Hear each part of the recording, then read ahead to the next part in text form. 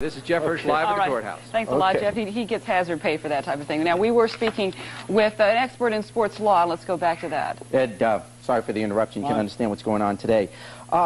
Two things strike me as being pretty interesting in this. The first is, up to now, we have constantly heard that this hearing is about whether or not Giamatti can be objective, whether he can be fair.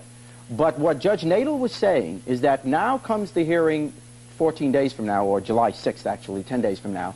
In that hearing, the issue, for the first time, we are going to hear from Giamatti. We're going to hear from Pete Rose, because in this kind of a hearing, they can bring in the evidence. This may be the most dramatic of all. I'm sure it is, but I'm not absolutely sure what you're saying is the way it's going to happen. Are we talking still about the issue of whether or not Giamatti has prejudged the case? Yes, but rather than whether or not Pete is guilty or innocent. That's right, but now in determining whether or not Bart Giamatti can be a fair judge, they are going to talk about the kind of evidence that Bart Giamatti has in front of him and whether or not that was deduced fairly. In that kind of a case, they may have to bring Bart Giamatti to the stand.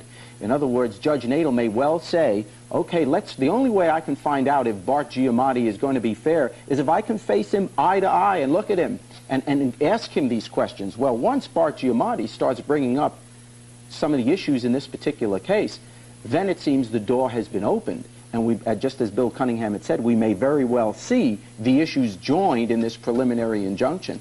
Well, as he's indicated, the hearing can be open to a full evidentiary hearing, so that, yes, Pete would be required to submit to cross-examination and things of that sort at that point. One of the things you were talking about before the hearing started, and you turned out to be exactly right on, is the judge ultimately made his decision. In fact, his very first sentence almost seemed to be what we were talking about.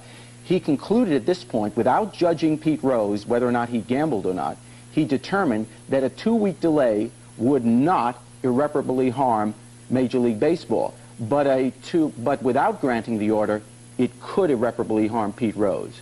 Well, because Rose would be subjected to lifetime suspension, a lifetime sentence. You cannot be associated with football, with baseball again, and that would never be put aside. Has Judge Nadel opened up the floodgates? Has he created new law in his decision? No, because these things have happened before, much as the Baseball Commission likes to pretend that these types of proceedings have never been interfered with in the past. They have. Do you see this as more than a hometown decision? Is there any legal basis for what Nadel ruled? I had sat through the 2 days of hearings, and I was convinced that Dowd's report was very much biased in favor of getting Pete off the field. Why do you reach that conclusion? He summarizes all of his evidence in the first 6 pages and concludes, in essence, that Pete was guilty of betting on baseball and Pete was guilty of betting on the Reds.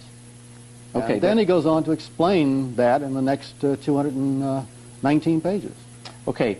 There are people sitting at home that say, gosh, I've loved Pete all my life, greatest thing going, but their fingerprints on a betting sheet, wouldn't that prove it? What's wrong with that evidence? Well, if they only have Pete's fingerprints on there, how did they get on there, and why aren't there anybody else's fingerprints on there?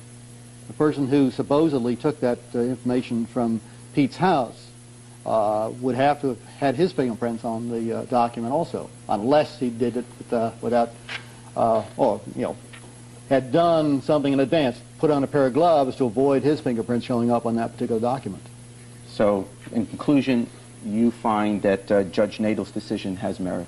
I feel it does, yes. Okay. Ed Goggin, thank you very much for being with us. Thank you. Appreciate it. Mama. For those